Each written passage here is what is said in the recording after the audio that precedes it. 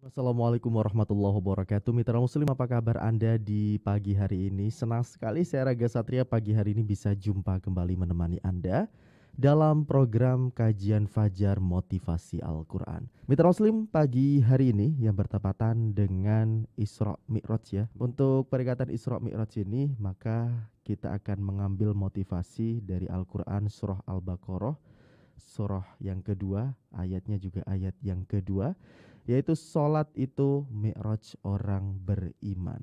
Dan langsung saja kita sapa narasumber kita, Ustadz Muhammad Junaidi Sahal SAG MAG. Silakan Ustadz. Ini pagi hari ini kita membahas mengenai motivasi surah Al-Baqarah ayat yang kedua, bahwasanya sholat itu mi'raj orang beriman. Silakan Ustadz. Bismillahirrahmanirrahim. Assalamualaikum warahmatullahi wabarakatuh. Alhamdulillah wassalatu wassalamu ala asyrafil anbiya'i wal mursalin sayyidina wa habibina wa maulana Muhammadin wa ala alihi wa sahbihi wa man tabi'ahum bi ihsanin ila yaumiddin. Amma ba'd. Fa asdaqal hadits kitabullah wa khairal hadi hadi Muhammadin sallallahu alaihi wasallam wa syarrul umuri muhdatsatuha wa kullu bid'atin dhalalah wa kullu dhalalatin finnar. Allahumma anfa'na bima 'allamtana wa 'allimna alladhi yanfa'una wa zidna ilma. Allahumma inni a'udzu bika an adhilla aw dhalla wa azilla aw zalla wa adlima aw dhlama wa jala yujal 'alayya. Rabbi zidni ilma wa si'li fi rizqi wa barik li fima razaqtani waj'alni mahbuban fi qulubi ibadik wa 'azizan fi 'uyunihim waj'alni wajihan fid dunya wal akhirah wa minal muqarrabin ya katsiran nawal ya hasanal fi'al ya qaiman bila zawal ya mubyan bila misal falakal hamdu wa lakal minna wa lakal syarafu ala kulli hal. Wa sallallahu ala nabi Muhammad walhamdulillahi rabbil alamin. Ikhwata din fidakumullah, mitra muslim yang insyaallah selalu dijaga sama Allah rabbul alamin. Alhamdulillah.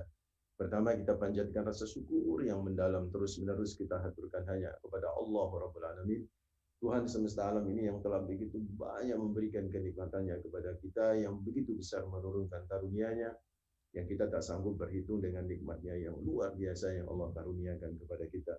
Yang bisa kita lakukan terhadap nikmat-nikmatnya adalah selalu bersyukur.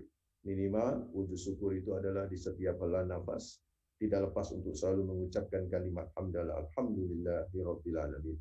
Yang kedua, salam dan sholawat terus kita persembahkan kepada manusia terbaik, pemilik pribadi yang sempurna, teladan abadi bagi kita, Rasulullah Muhammad sallallahu alaihi wasallam, dengan selalu berucap Allahumma salli wa sallim wa barik ala Muhammad wa ala ali Muhammad. Dan semoga salam dan salawat kita kelak bisa menjadi syafaat bagi kita di hari akhir. Amin ya rabbal alamin. Amin. Saudaraku, ikhwatadina fidahumullah, mitra muslim yang insyaallah selalu dijaga sama Allah. Hari ini tepat tanggal 27 Rajab. Tanggal merah nih, Kamis ini. Dan saya ingin mencoba mengangkat aspek lain daripada Isra Mi'raj Rasulullah Muhammad sallallahu alaihi wasallam. Memang kalau berbicara Isra Mi'raj itu banyak hal yang bisa dibahas, Mas Raga, mitra muslim. Dari aspek sejarah misalnya, masih terjadi perselisihan. Kapan terjadinya Isra Mi'raj itu? Ada yang menyatakan sekarang ini 27 Rajab, ya enggak? Tetapi sejarah menyatakan bahwa kalau memang Rasulullah itu Mi'raj, Isra dan Mi'raj itu setelah wafatnya Khadijah binti Khuwailid, maka saudaraku ikhwatadina fillah agaknya kurang pas karena Sayyidah Khadijah ini meninggal pada bulan Ramadan. Jadi sudah melewati Rajab. Jadi saudaraku ikhwatadina fillah itu masih ikhtilaf di kalangan para ulama. Tapi kan tidak penting sebenarnya kapan terjadinya Isra Mi'raj itu. Yang terpenting itu adalah bahwa Isra Mi'raj terjadi. Isra Mi'raj terjadi. Dan kita orang beriman itu harus benar-benar mempercayai dan meyakini kejadian Isra Mi'raj. Ada lagi perbedaan Mas Raga berbicara Isra Mi'raj. Itu adalah apakah antara Isra sama Mi'raj itu langsung gitu. Yang selama ini kan mungkin Mas Raga ketahui gitu kan ya. Mungkin saya juga dari mulai saya sekolah di madrasah dan sampai kemudian kuliah gitu kan ya. Itu ya Isra Mi'raj itu kayak langsung gitu semalam. Padahal yang semalam itu di Al-Quran itu adalah minal Masjidil Haram ilal Masjidil Aqsa. Dari Masjidil Haram ke Masjidil Aqsa yang semalam. Yang dari Al-Aqsa ke Sidratul Muntaha, nah, itu yang kemudian di Al-Quran tidak disebutkan ya, di Al-Quran tidak disebutkan. Tapi di beberapa hadis Rasulullah Muhammad SAW disebutkan. Nah, namun tidak langsung apakah dari Isra langsung Mi'raj itu, atau nunggu beberapa saat lama baru kemudian Allah memi'rajkan. Wallahu a'lam. Yang jelas sekali lagi kita percaya bagi orang yang mukmin, orang yang beriman, orang yang muslim bahwa Isra dan Mi'raj itu adalah terjadi dan itu bagian daripada keimanan yang harus ada di dalam qalbun kita, qalbun kaum beriman, qalbun kaum muslimin untuk dipercayai. Saudara ikhwat dan Allah. Nah, berbicara Isra Mi'raj ini sudah pasti yang ayat yang paling populer adalah surat Al-Isra ayat yang pertama ya.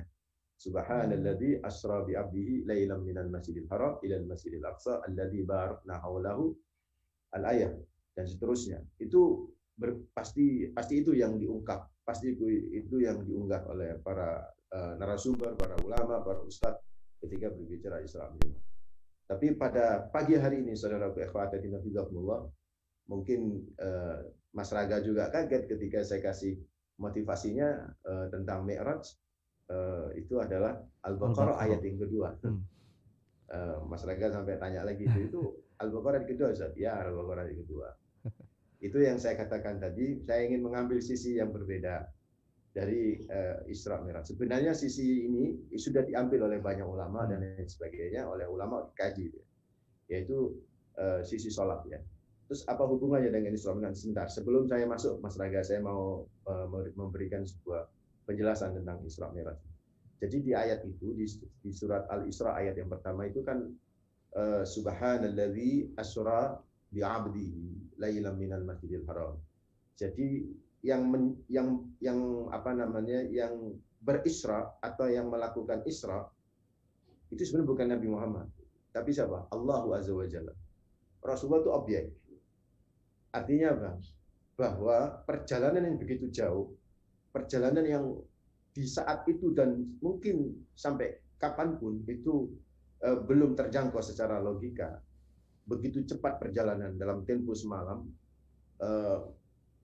kalau itu digabungkan dengan Mi'raj ya, dengan Sidratul Muntaha, yang begitu luasnya langit itu, yang akal kita takjub dengan luasnya langit. Kalau lihat di berbagai YouTube itu bagaimana luasnya langit itu yang sangat luar biasa. Tentu kan tidak masuk akal. Itu tidak masuk akal kalau pakai dimensi Nabi Muhammad, pakai dimensi manusia. Tapi kalau pakai dimensi Allah Azza wa Jalla, tidak ada yang tidak masuk akal. Nah, saudaraku, bahwa perjalanan yang begitu cepat, perjalanan yang begitu spektakuler, perjalanan Rasulullah yang begitu perjalanan rohani ya ini ya, perjalanan rohani yang begitu luar biasa, perjalanan rohani yang tidak bisa dideteksi oleh akal apapun. Di era sekarang ini, mungkin ya ila yaumil kiamat, sampai hari kiamat, itu adalah perjalanan yang sungguh pasti menggunakan dimensi Allah, bukan dimensi manusia. Maka perdebatan dan diskusi terkait dengan Isra Mi'raj jangan menggunakan dimensi manusia. Pasti nggak akan pernah ketemu, ya kan? Tapi gunakanlah dimensi Allahu Azza wa Jalla. Artinya terjadi percepatan rohani, terjadi percepatan kemenangan, terjadi percepatan kesuksesan. Itu kalau kita menyandarkan kepada dimensi Allah Azza wa Jalla Jalaluhu. Ibu bapak kepingin sukses dengan cepat, ibu bapak kepingin sukses dengan tenang, ibu bapak kepingin sukses perjalanan rohaninya dengan Allah, kepada Allah Azza wa Jalla, maka sebenarnya gampang. Jangan menggunakan dimensi manusia, tapi gunakan dimensi Allah dalam kita melakukan perjalanan menuju kesuksesan. Nah, pertanyaannya, dimensi Allah itu apa? Nah, ini yang saya bahas. Dimensi Allah itu ya sholat itu. Itu dimensi Allah. Jadi sholat itu, saudara ikhwati fillah, itu yang bisa mempercepat seluruh seluruh keinginan kita itu dengan sholat, saudara. Nabi Muhammad ketika ada masalah itu sholat, itu bisa mempercepat. Ya, badarah ila sholat. Beliau itu kalau ada masalah, idza dhaqat al-amr, ketika beliau dhaqal amru, dhaqahul amru, ketika suatu perkara itu menyempitkan beliau, badar ila salat. Beliau itu bersegera salat. Dengan salat akan bisa memberikan percepatan yang luar biasa. Percepatan apa saja? Itu dengan kekuatan salat. Itulah yang saya maksud dengan dimensi Allahu Azza wa Jalla Jalaluhu. Orang dengan salat ya selesai masalah itu sebenarnya, saudara. Kalau kemudian secara real tidak selesai, itu mungkin realnya, tetapi batin kita selesai. Karena sesungguhnya ketika kita susah menghadapi sebuah persoalan, itu bukan persoalan itu sendiri yang membuat susah, tapi batin kita terhadap persoalan itu yang membuat susah. Yang membuat besar sebuah persoalan bukan persoalan itu sendiri. Yang membuat besar sebuah musibah itu bukan musibah itu sendiri. Yang membuat besar masalah itu bukan masalah itu sendiri, tapi sikap batin kita terhadap masalah itu yang membuat masalah itu besar. Dan batin inilah yang ngolah itu adalah Allah Azza wa Jalla di dalam qalbi kita. Dan itu bisa melalui salat. Maka saudaraku, insya Allah ini 2 kali pertemuan kita akan bahas. Saya cicil artikelnya, baru artikel yang pertama. Nanti insya Allah mudah-mudahan Allah kasih waktu saya untuk menulis lagi. Kita kasih artikel yang kedua. Saudaraku ikhwati fillah, saya ambil satu surat yang ini membuat jujur saya pribadi, Mas Raga mungkin dan seluruh mitra muslim mentadabburin ini dari dimensi yang berbeda ya, dari dimensi yang berbeda. Saya ingin masuk kepada dimensi salat, yaitu dimensi Allah Azza wa Jalla. Bagian daripada Isra Mi'raj itu.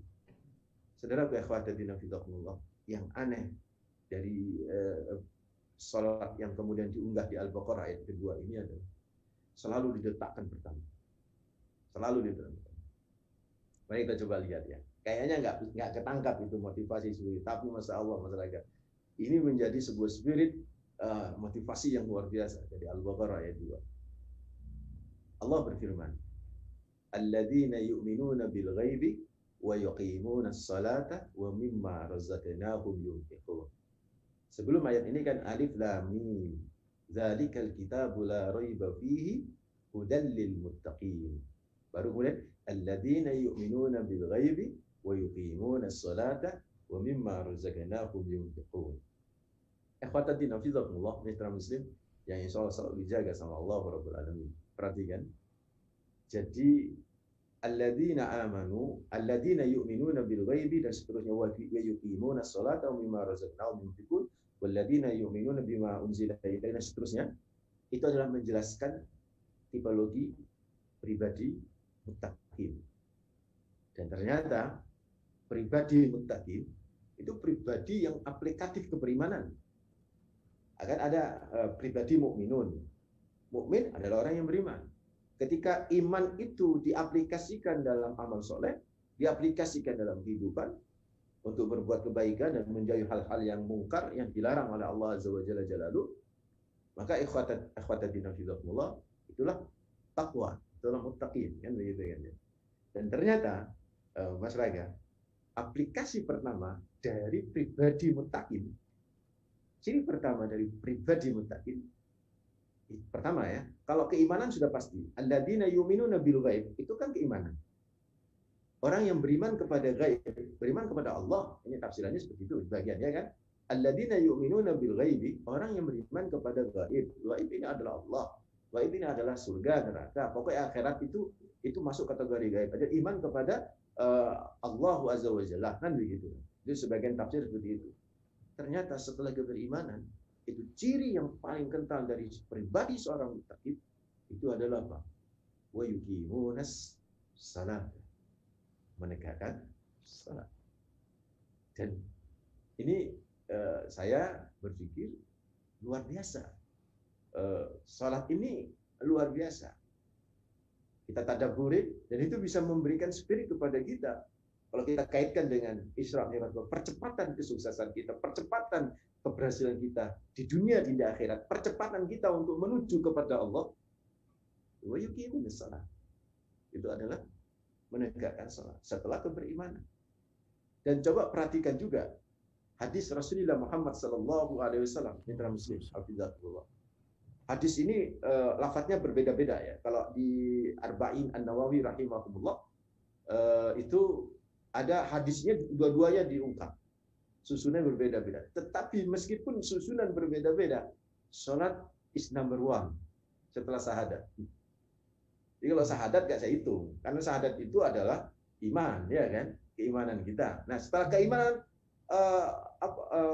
apa yang harus kita lakukan? Sholat. Orang kalau sudah bersyahadat, asyhadu an la ilaha illallah wa asyhadu anna muhammadar rasulullah, yang harus dilakukan bertanya salat. Bukan sedekah. Bukan sedekah. Bukan haji. Itulah kemudian Rasulullah menyatakan di antara sekian banyak hadis, misalnya, bunyal Islam ala khamsin. Islam itu dibangun, ya, bangunan rumah Islam itu ala khamsin, itu atas 5 dasar. 5 dasar. Dan dasar pertama setelah syahadat adalah apa? Wa iqamatis shalah. Syahadati an la ilaha illallah wa anna muhammadar rasulullah wa iqamis shalah, dan menegakkan salat. Baru kemudian wa ita'iz zakah, infak, ya kan? Wa hajjil baita wa shaumi ramadan. Ini susunan dari Bukhari Muslim, hadis yang kedua. Nah, di hadis pertama itu haji itu yang terakhir. Puasa Ramadan itu setelah sebelum haji. Jadi saudara ikhwatatina fillah, dari dua nas ini bisalah kita mengambil sebilir motivasi. Betapa sholat ini adalah sesuatu yang membangun raga kita, membangun fondasi keimanan kita, membangun jiwa kita untuk menjadi muslim yang muttaqi. Itu adalah terletak di sholat. Dan sholat ini menjadi nomor 1 dari nas yang tadi saya jelasin kepada mitra muslim. Bisa kita menjadikan kesimpulan bahwa sholat adalah inti dari ibadah umat Islam. Sholat itu adalah inti dari ibadah umat Islam. Pertanyaannya, kok bisa begitu Pak Ustaz? Di samping tadi nas-nas yang sudah saya jelasin, ada 3 alasan lain. Kenapa sholat itu menjadi nomor wahid? Kenapa sholat itu menjadi inti dari ibadah kita? Dan kenapa sholat itu sendiri, saudara ikhwatatinallah, kalau dikaitkan dengan Isra Mi'raj, menjadi dimensi Allah yang nomor 1, yang paling awal untuk membuat percepatan apa saja dalam kehidupan kita. Percepatan menuju Allah, rohani, percepatan kesuksesan, itu dalam sholat. Di antara ada 3 hal. Yang pertama, saudara ikhwatatinallah, sholat itu jalan yang pertama, meskipun bukan satu-satunya, ya, untuk bisa hadir di hadapan Allah Azza wa Jalla. Itu adalah sholat. Itu adalah sholat. Ada ungkapan mitra muslim, ada ungkapan. Saya nggak berkata ini adalah hadis. Ini ungkapan. Nanti narasumber kita yang pakar hadis bisa mengecek itu. Tapi memang ini sebagian besar ulama menyebut ini bukan hadis. Namun kontennya, kalau bahasa kita, bahasa medsos ya, kontennya ya, keren gitu ya. Kalau bahasa hadis, matanya bagus, matanya sahih. Ya, bahwa ini riwayat sanadnya sampai ke Rasulullah atau tidak ya, wallahu a'lam. Makanya ulama-ulama itu kalau ngambil selamatnya itu au kama qol, bisa begitu. Au kama qol. Pokoknya ini adalah sebuah athar, ada sebuah riwayat ya, yang ini luar biasa, mitra muslim hafizahullah, yang luar biasa itu isinya mau kontennya dulu. Apa itu? As-shalatu mi'rajul mu'min. Ini yang membuat sholat itu menjadi inti dari ibadah. Kenapa? As-shalatu mi'rajul mu'min. Sholat itu adalah mi'rajnya orang yang beriman. Jadi kalau Rasulullah Muhammad sallallahu alaihi wasallam itu bermi'raj. Mi'raj itu kan mi'raj itu sulam itu, tahu sulam ya? Sulam itu tangga. Kakek guru saya, Profesor Dr. Syekh Muhammad bin Alwi Al-Maliki Al-Hassani itu menyebut dengan sulam ilahi, as-sulam al-ilahi, tangga ketuhanan. Yang itu istilahnya gini, Mas Raga ya. Mas Raga misalnya rumahnya dengan ada pintu umum, ada pintu khusus. Jadi pintu umum siapa saja lewat situ. Tapi ketika narasumber yang ada di Radio Suara Muslim mau berkunjung ke rumah jenengan, wah ada pintu khusus, misalnya begitu ya, bukan membeda-bedakan. Ini contoh saja. Nah, pintu khusus itu langsung masuk ke ruang private jenengan untuk bisa menerima tamu. Nah, itulah yang disebut Mi'raj. Jadi Mi'rajnya untuk Rasulullah itu ada sendiri gitu. Jadi Mi'rajnya Allah itu banyak. Walillahil ma'arij. Mi'rajnya Allah itu banyak. Yang malaikat itu bisa cepat. Ya. Tapi ada sendiri Mi'raj untuk Rasulullah Muhammad SAW. Dan ada sendiri Mi'raj untuk orang yang beriman. Mi'raj jalan khusus al-khos untuk umat Islam, untuk orang yang beriman adalah salat, saudara. Adalah salat. Jadi kalau Allah mendatangkan Nabi Muhammad SAW, ternyata bisa juga kita ini datang kepada Allah setiap saat 5 kali waktu. Makanya al-namnu wal kebajutu ya. Bahasa saya al-namnu wal kebajutu. Kalau ada orang yang kemudian tidak sholat, berarti dia nggak punya koneksi sama sekali dengan Allah Azza wa Jalla. Dia nggak punya hubungan yang khusus dengan Allah Azza wa Jalla. Padahal itu adalah sesuatu yang luar biasa. Itulah Rasulullah Muhammad SAW sampai menyatakan aqrabu ma yakunul abdu min rabbih wa huwa sajidun fa aksiru du'a. Kata Rasulullah Muhammad SAW, yang paling mendekatkan aqrabu ma yakunul abdu min rabbih wa huwa sajid. Yang paling mendekatkan seorang hamba dengan Tuhan ada ketika dia sholat. Kalau di situ sujud ya maksudnya. Wa huwa sajidun. Ada yang menyatakan ini simbol sholat. Jadi ketika kita sujud, saudaraku, seperti melesat dengan cepat batin kita dengan Allah Azza wa Jalla. Bukan ikhwatadina billah. Syekh Hasan Al-Basri itu sampai berkata begini. Kalau di beberapa literatur ini dianggap hadis, tapi ini adalah kalam Syekh Hasan Al-Basri. Man arada ayukallimahullahu fa'alaihi bil Qur'an. Wa man arada ayukallimallaha fa'alaihi bis shalah. Barang siapa yang kepingin Allah ngobrol padanya, fa'alaihi bil Qur'an. Bacalah Al-Qur'an. Jadi kalau kita baca Al-Qur'an, itu Allah ngobrol sama kita. Tapi barang siapa yang ingin ngobrol sama Allah, ingin berbicara dengan Allah, ingin berdiskusi dengan Allah, maka kata Syekh Hasan Al-Basri, fa'alaihi bis shalah. Man arada ayukallimallaha fa'alaihi bis shalah. Barang siapa yang ingin banget ngobrol sama Allah, maka salat. Indah banget tuh salat. Karena kita berdialog dengan Allah. Itu mi'raj khusus. Mi'raj itu kalau bahasa populer, jadi kamus populer bahasa Arab, itu lift kamar itu mi'raj. Bukan yang eskalator ya. Eskalator kan tangga itu kan. Ada yang nyatakan eskalator itu mi'raj. Tapi saya lebih senang itu karena private ya. Itu lift itu cepat. Ada siap nginep di Grand Zam-Zam dulu di lantai tinggi banget. Itu cepat. Bayangkan itu kita dengan Allah. Dan itu melalui sholat, saudaraku, mitra muslim. Ada hal yang menarik habis ini saya akan bahas tentang dialog kita dengan Allah di waktu kita membaca Al-Fatihah di dalam sholat kita. Insya Allah setelah ini. Wallahu a'lam. Masya Allah, luar biasa sekali penjelasannya sampai lupa waktu ini saya. Ya kita break dulu, nanti kita sambung ya Mitra Muslim di segmen berikutnya.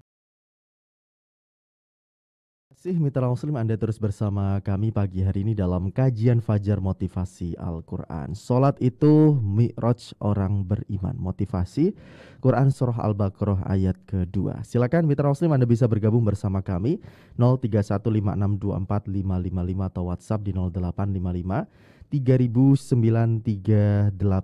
Dan ini Mitra Muslim, kita tidak membahas mengenai fikih sholatnya ya, karena itu sudah sering kita bahas di program yang berbeda, yaitu bersama Ustadz Agung Cahyadi LCMA. Kita membahas mengenai motivasi surah Al-Baqarah ayat yang kedua. Silakan kalau ingin berdiskusi bisa juga melalui kolom komentar channel YouTube Suara Muslim TV. Di beberapa WhatsApp sudah ada yang mengirimkan pertanyaan ini Ustadz, cukup menarik. Dari Pak Dedi di Surabaya, saya bacakan dulu Ustaz ya pertanyaannya.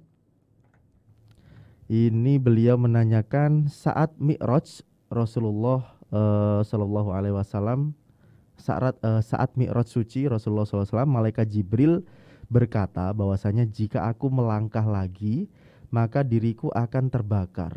Nah, bukankah perkataan Jibril ini secara tidak langsung menegaskan bahwa Allah Subhanahu wa taala itu mempunyai batasan-batasan tertentu? Padahal bukankah Allah adalah wajibul wujud? Minta tolong penjelasannya Ustaz. Wah. Ya. Memang berbicara mengenai, jadi ada lagi, jadi kan tadi di awal sudah saya kasih tahu ya bahwa bicara Isra Mi'raj ini banyak terjadi ikhtilaf ya, banyak terjadi perbedaan, banyak terjadi diskusi. Pertama dari tentang waktu kapan, yang kedua tentang antara Isra dan Mi'raj itu terjadinya itu berurutan langsung atau terpisah. Nah, yang ketiga yang tadi belum saya jelasin, banyak juga bertebaran hadis-hadis yang berbicara tentang Isra dan Mi'raj ini yang sifatnya itu banyak banget itu kan, dhaif, bahkan sampai tingkat maudhu. Nah, saya juga pernah dengar apa yang ditanyakan oleh Pak siapa tadi itu, Mas Raga. Ini pertanyaannya dari Pak Dedi. Pak Dedi di Surabaya. Ya.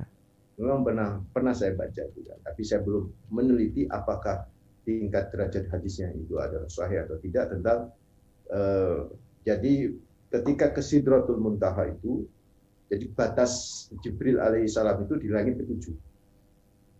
Nah, ada yang menyatakan setelah langit ketujuh itu Sidratul Muntaha. Ada yang menyatakan Sidratul Muntaha itu ada yang di langit ketujuh. Nah, cuman kita belum tahu bagaimana validitas kesahihan hadis itu, tapi saya bisa mengambil kesimpulan sementara ini begini, bahwa bisa jadi saudaraku ikhwati fillah, ada sisi kemuliaan yang luar biasa pada diri Rasulullah Muhammad SAW, melebihi kemuliaan malaikat Jibril alaihissalam. Ya kan? Ya, ini kita harus benar-benar percaya gitu kan tentang Nabi Muhammad. Wa innaka la'ala khuluqin 'azim. Sampai Allah sendiri yang memuji kepada Rasulullah Muhammad SAW. Allah memuji Rasulullah. Jadi kalau yang tinggi memuji kepada yang rendah, kalau Al-Khaliq memuji kepada makhluk, berarti yang namanya makhluk ini sungguh sangat luar biasa. Nah, di antara kemuliaan itu adalah Rasulullah Muhammad SAW itu bisa berhadapan dengan Allah Azza wa Jalla di satu tempat yang itu kita percaya bahwa yang lain tidak akan pernah mampu, termasuk adalah Jibril alaihissalam untuk masuk ke tempat. Jadi sekali lagi Pak Dedi, bahwa memang hadis-hadis yang bertebaran mengenai Isra dan Mi'raj itu memang banyak, dan kita harus bisa memilah dan memilih tentang hadis-hadis.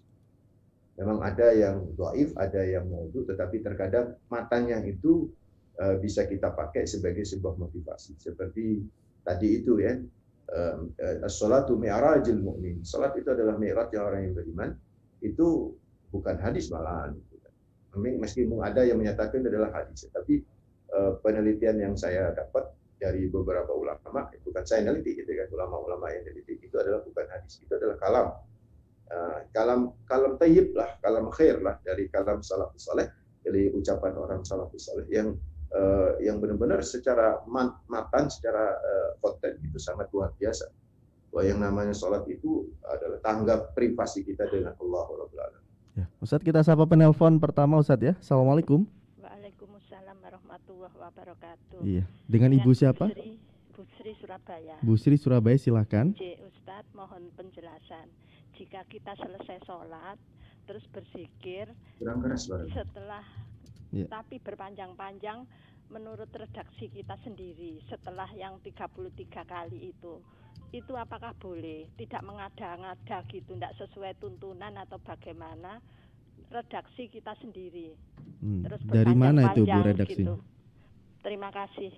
Oke, baik. Matur nuwun. Assalamualaikum. Waalaikumsalam warahmatullahi wabarakatuh. Ya, terima kasih Bu Sri yang ada di Surabaya tadi ya. Beliau menanyakan, ini sebenarnya agak ke fikih Ustadz ya, tapi gak apa-apa karena sudah masuk. Jadi selesai sholat itu berzikir, nah zikirnya itu panjang, pakai redaksi sendiri Ustadz. Ini bagaimana? Ya, panjangnya itu seberapa panjang? Nah. redaksinya. Jadi ya memang afdolnya itu kita pakai zikir yang telah diwarid dari Rasulullah Muhammad Sallallahu Alaihi Wasallam ya. Itu afdolnya seperti itu. Tapi apakah itu diperkenankan berzikir panjang setelah sholat? Ya silakan nanti tanyakan aja deh kepada saya, bukan nggak bisa jawab, cuman saya hanya ingin memberikan motivasi saja kepada kita semua bahwa sholat itu penting. Gitu. Entah mengenai pernik-pernik berkaitan dengan zikir, bahkan ada perdebatan di masyarakat, misalnya doa setelah sholat itu apakah harus, apakah itu sunnah atau tidak, itu perdebatan luar biasa. Saya nggak ambil pusing lah dengan persoalan kayak begitu ya. Mohon maaf mitra muslim, saya orangnya netral saja. Jadi selama itu ada tuntunan ya diamalkan. Kalau nggak ada tuntunan, kalau kemudian tidak bertentangan dengan syariat, ya silakan saja kalau menurut saya. Selama tidak bertentangannya. Kalau sudah bertentangan, karena konsep paham saya adalah selama tidak bertentangan, maka silakan diamalkan. Tapi tetap lebih afdal itu kalau ngikutin sunnah Rasulullah. Oke, baik. Kita sapa penelpon berikutnya saja. Terima kasih Bu Sri yang tadi kita sapa. Assalamualaikum. Waalaikumsalam warahmatullahi wabarakatuh. Dengan Ibu? Dengan Ibu Dia Sidoarjo. Ibu Dia Sidoarjo, silakan. Iya. Ustadz, yang mau saya tanyakan, sebenarnya Isra Mi'raj itu dari Allah tujuannya apa selain sholat? Kenapa setelah menunjukkan bahwa ada peristiwa Isra Mi'raj, kenapa kok masih ada hambanya yang lalai, maksudnya tidak menyembah ke Dia? Allah Subhanahu wa Ta'ala menciptakan manusia yang tidak menyembah zatnya gitu. Tujuannya seperti apa selain sholat? Oke, Ya, baik. Terima kasih. Assalamualaikum warahmatullahi wabarakatuh. Oke, terima kasih Bu Diah di Sidoarjo. Jadi salah satu hikmah Isra Mi'raj adalah perintah sholat. Nah, selain itu untuk apa Ustadz? Dan kenapa setelah adanya Isra Mi'raj itu juga masih banyak hamba-hamba yang lalai dengan perintah Allah? Ya, suatu sunatullah, ada yang fajir, ada yang soleh, ada yang toleh, ada yang soleh. Itu suatu hal gitu kan ya. Jadi meskipun sudah ada perintah sholat, ya banyak juga yang nggak ngamalin. Ada perintah sedekah, yang banyak juga nggak mau bersedekah. Itu kan seperti itu. Pertanyaan, kenapa seperti itu? Nah, itulah bahwa di dalam hidup dunia ini ada yang menarik-narik kita kepada hal-hal yang berkaitan dengan durhaka kepada Allah Azza wa Jalla. Siapa mereka? Iblis. Iblis wa junuduh. Iblis dan seluruh bala tentaranya, Ibu ya. Jadi Bunda, ya itu yang harus kita kuatin. Sebenarnya bukan kenapa banyak orang yang tidak sholat padahal sudah ada perintah itu. Ya, sudah pasti jawabannya ya nafsu, hegemoni nafsu, dominan nafsu lah yang mempengaruhi mereka, ditambah dengan bisikan setan, sehingga mereka kemudian mau dan berani, bukan sekedar mau, berani melanggar aturan Allah Azza wa Jalla. Nah, yang paling penting sekarang bagaimana kita memberikan teladan atau bisa menasihatin atau bisa ngedawan mereka supaya mereka kembali kepada jalan yang benar. Itu saja, Bunda. Wallahu a'lam. Oke, masih ada pertanyaan berikutnya. Sebenarnya tujuan Isra Mi'raj selain sholat itu apa Ustaz? Tapi nanti ditanggapinya setelah sapa penelpon berikutnya. Assalamualaikum. Assalamualaikum. Waalaikumsalam. Dengan Ibu? Dengan Ibu Leni, Ustaz. Ibu Leni di Surabaya? Ya, di Surabaya. Oke, silakan Ibu Leni. Ya, Ustaz mau nanya, boleh? Boleh Ibu. Boleh Bu. Iya, boleh, ini sudah Pak. tersambung telepon, harus tanya Ibu. Iya, gini Ustaz. Ibu saya itu tiap harinya di telinganya itu sering kayak ada suara gaib, kayak suara hujan, nanti suara kayak hujan, geluduk, terus kayak ada orang meraung, ada orang manggil-manggil. Itu setiap hari. Usia berapa ibunya? Usia 76. Oke. Waduh, terputus, sayang sekali. Oke, tapi sudah kita tangkap ya Ustadz, suara telinga ibunya sering terdengar suara-suara gaib. Tapi sebelumnya ditanggapi dulu yang Ibu Dia tadi, Ustaz, tujuan Isra Mi'raj selain Yang sholat. lain. Ya. Jadi begini, Ibu ya, jadi ada 3 kepercayaan itu, keyakinan itu ada 3 tingkatan, Mas Raga, Mitra Muslim. Tingkatan pertama adalah ilmu yakin. Ya, tingkatan yang kedua ainul yakin. Tingkatan yang tertinggi hakul yakin. Itu kepercayaan. Saya ingin ilustrasikan begini. Kalau saya tanya, ada nggak kota Batu? Oh, ada Pak Ustaz. Ada. Sudah pernah ke sana? Belum. Tapi dia percaya ada. Ini namanya ilmu yakin. Pengetahuan itu didasari oleh keyakinan, didasari oleh pengetahuan bahwa ada kota Batu, ya kan? Dengan perjalanan 2 jam dari Surabaya. Indah macam-macam. Oke. Terus kalau ada Pak Ustaz. Kenapa? Saya pernah mampir di situ. Berarti itu namanya apa? Ainul yakin. Dia pernah melihat kota Batu itu. Yang lebih hebat lagi apa? Ada Pak Ustaz. Loh, saya tinggal di situ. Saya tinggal di situ. Saya lahir di situ, saya besar di situ, saya hidup di situ. Pak Ustaz. Bagaimana bilang? Nggak ada ini. Itu yang disebut hakul yakin.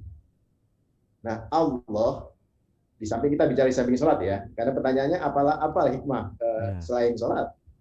Allah ingin mengantarkan Nabi Muhammad tentang neraka, surga, ya kan? Tentang Allah Azza wa Jalla itu sampai tingkat hakul yakin.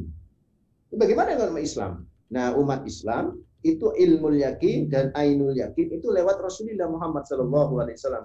Makanya kita akan selamat kalau ngikuti Kanjeng Nabi, gitu.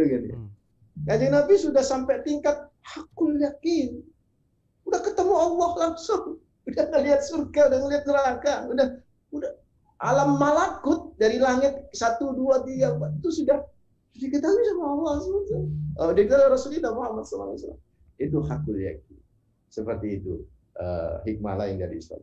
Ada telepon masuk dulu. Oke, kita sapa ya. Assalamualaikum. Assalamualaikum. Waalaikumsalam. Dengan Ibu siapa? Oh, Ibu Dia. Oh, ya Bu Leni ya. Bu Leni ya, silakan. Iya, mau nanya gini Ustadz, ibu saya itu di telinganya itu hampir beberapa jam kayak dengar suara gluduk, suara hujan, nanti suara kayak orang-orang meraung gitu. Oke. Ibu saya. Oke, yang terus ditanyakan? Pernah di saat sholat subuh itu kayak ibu saya itu ngomong gitu loh, jangan menggoda saya lagi. Itu tambah di telinganya tambah didengeri suara keras gitu, kayak orang meraung gitu, kayak orang marah gitu loh Ustaz. Di telinganya ibu saya itu. Oke, baik. Itu saja Ibu. Putus lagi. Ya, oke, intinya seperti itu ya. Sudah kita tangkap. Terima kasih Bu Leni. Mungkin ditanggapi Ustaz? Ya, nanti tanyakan ke pakar terapi ruqyah ya ada kan di sini ya? Ada hari Ahad Ustaz pagi. Oh iya, tanyakan ke beliau, Ustadznya beliau pasti ya pakar lah. Okay. Ya kalau saya sih cuma menyarankan ya, pertama kan sudah usia memang ya. Terkadang usia itu halusinasi itu kuat. Maaf, penyakit yang paling menimpa manusia adalah penyakit pikun kan begitu kan ya. Maka ya saya tidak tahu tadi kurang jelas apakah karena beliau sudah uzur, sudah tua sehingga berhalusinasi suara-suara itu, atau bisa jadi itu memang adalah gangguan makhluk halus atau gangguan jin ya, jin setan ya. Maka ya perbanyaklah berzikir kepada Allah Azza wa Jalla, perbanyaklah tilawatil Quran, perbanyaklah istighfar, perbanyaklah sholawat. Insya Allah saudaraku, hal-hal yang kayak begitu itu bisa terhindari. Atau baca doa yang ada di maksurat itu, hasbiyallahu la ilaha illa wa alaihi tawakkaltu wa huwa rabbul arsyil azim. Baca itu. Baca itu aja 3 kali itu, Masya Allah. Saya punya pengalaman masyarakat sedikit aja. Ada orang itu kesurupan ya. Saya ini kan bukan terapis saya itu nggak mau. Saya cuma ngaji saja itu. Karena ada teman yang minta bantuan, terus itu di hadapan saya itu. Saya cuma pegang aja dan sambil baca hasbiyallahu la ilaha illa huwa alaihi tawakkaltu wa huwa rabbul sambil jiwa saya tekankan ini kita kembali kepada Allah. Saya pegang begini. Itu udah muntah-muntah di depan saya itu sampai ke kaki saya itu. Dan setelah itu merasa tenang.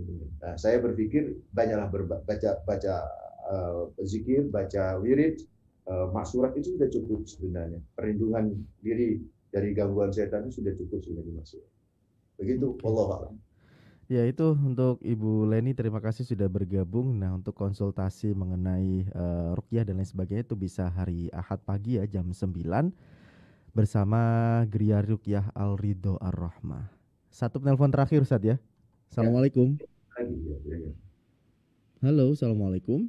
Waalaikumsalam. Ya, dengan Bapak siapa ini di mana? Pak Jun. Pak Jun. Namanya hampir sama dengan narasumber kita. Silakan Pak Jun. Asli Surabaya. Oke, silakan. Gini, yang saya pertanyakan, assalamualaikum Ustaz. Radionya bisa dikecilkan Pak ya? Ya. Yuk, gini. Assalamualaikum Ustaz. Waalaikumsalam. Nah, yang saya pertanyakan ini untuk perintah sholat itu, untuk perintah sholat jumlahnya, maksudnya kan pertama kan jumlahnya, terus itu sama doanya apa enggak? Maksudnya doanya terakhir atau langsung sama doanya jumlahnya gitu, perintahnya ya. Oke. Baik. Waalaikumsalam warahmatullahi wabarakatuh ya. Jadi ketika Isra Mi'raj itu Rasul mendapatkan perintah sholat itu langsung sama jumlah rakaatnya dan doa bacaannya atau tidak Ustaz? Masya Allah. Itu juga ikhtilaf ya. Jadi ada perintahnya itu ya aqimus sholat itu kan menegakkan sholat. Jadi kalau perintah sholat, kalau rakaatnya ya itu bisa jadi langsung pada waktu itu. Karena memang ketika bolak-balik turun ketemu di langit ke-6 dengan Nabi Musa alaihissalam, yang nanti insya Allah saya ceritakan pada berikutnya karena waktunya nggak nutupin, itu kan dari 50 rakaat menjadi 17 jadi 50 kali ya. Rakaat nggak disebut, menjadi 5 kali sholat. 5 kali sholat itu 17 rakaat. Itu pada waktu itu kan Nabi Musa kan masih minta, umat nggak akan kuat. Nah pertanyaan kenapa Nabi Musa dari 50 sampai 5 tetap 5 nggak menyatakan umat Nabi Muhammad nggak kuat. Karena sholat sebelum Nabi Muhammad ini adalah sholatnya bukrotan wa asyiyatan.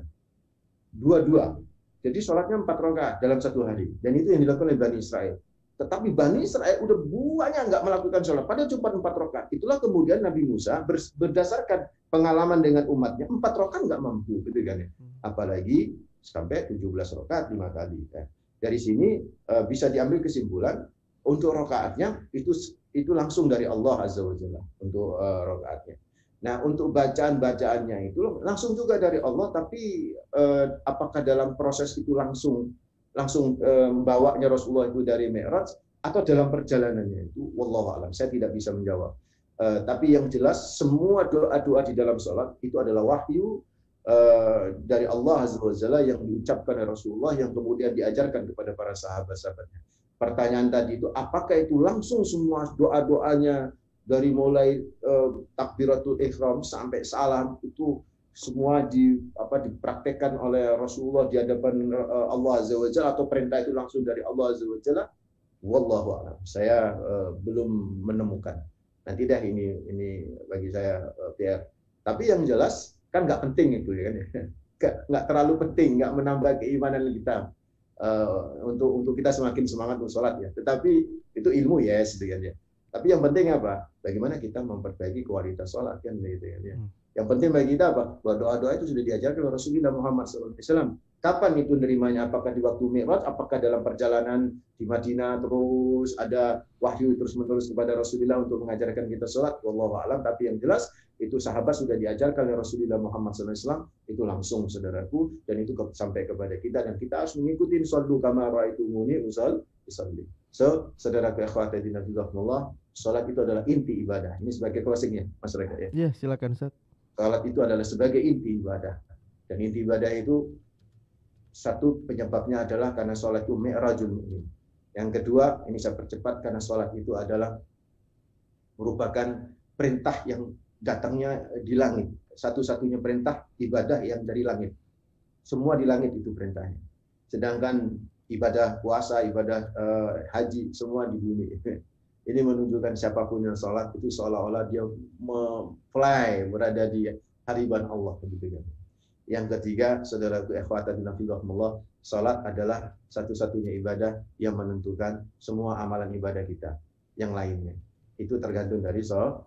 Sholatnya api, baiklah semuanya. Sholatnya buruk, wah gagal semuanya. Maka saudaraku, yuk kita perbaiki sholat supaya menjadi orang-orang yang sukses. Qad aflahal mu'minun alladzina hum fi sholatihim khashi'un. Orang yang sholat secara khusyuk adalah orang yang mampu bisa melahirkan kesuksesan yang cepat. Itulah rahasia di awal tadi, bahwa dimensi Allah yang bisa mempercepat hubungan kita dengan Allah terkonekkan, dan yang bisa mempercepat kesuksesan kita. Dan itu melalui dimensi Allah, dan itu adalah sholat. Nah pertanyaannya, gimana sholat yang berkualitas, yang mampu bisa mengantarkan kita kepada Allah Azza wa Jalla dengan cepat. Insya Allah akan kita bahas pada pertemuan berikutnya. Mohon maaf, aku qouli hadza, astaghfirullah li wa lakum, innahu wal ghafurur rahim. Assalamualaikum warahmatullahi wabarakatuh. Waalaikumsalam warahmatullahi wabarakatuh. Terima kasih Ustaz atas pencerahannya pagi hari ini. Sholat itu mi'raj orang beriman. Ini bisa Anda baca artikelnya langsung di website kami ya, Mitra Muslim, suaramuslim.net. Langsung scroll saja ke bawah, ada kolom kabar dan informasi terkini. Nah di situ ada gambarnya orang sholat ini ya, warna hijau. Judulnya sholat itu mi'raj orang beriman. Silakan bisa dibaca dan diakses di sana. Dan yang mau minta linknya juga boleh, mungkin kesulitan mencari di websitenya, silakan WhatsApp saja ke kami. Kami akan kirimkan link untuk artikel dan juga YouTube yang tadi mungkin tertinggal menonton dari awal. Kami ucapkan terima kasih kepada seluruh mitra siar yang bertugas di Suara Muslim Radio Network. Kiki Rizkyani di Suara Muslim Lumajang, kemudian 88,7 Kaliga FM Suara Muslim Tuban, di 96,2 Samara FM Tulungagung Anwar Fuadi, 97 Mitra FM Batu Ada Mahbub yang bertugas. Saya Raga Satria beserta videografer Edi Haryanto mohon undur diri. Terima kasih Anda sudah menonton dan sudah menekan tombol like serta subscribe di channel YouTube Suara Muslim TV. Subhanakallahumma bihamdika nasyhadu alla ilaha illa anta nastaghfiruka wa natubu ilaik. Maha suci Engkau ya Allah, dan dengan memujimu kami bersaksi tiada Tuhan yang berhak diibadahi selain Engkau. Kami mohon ampun dan bertaubat kepadamu. Wassalamualaikum warahmatullahi wabarakatuh.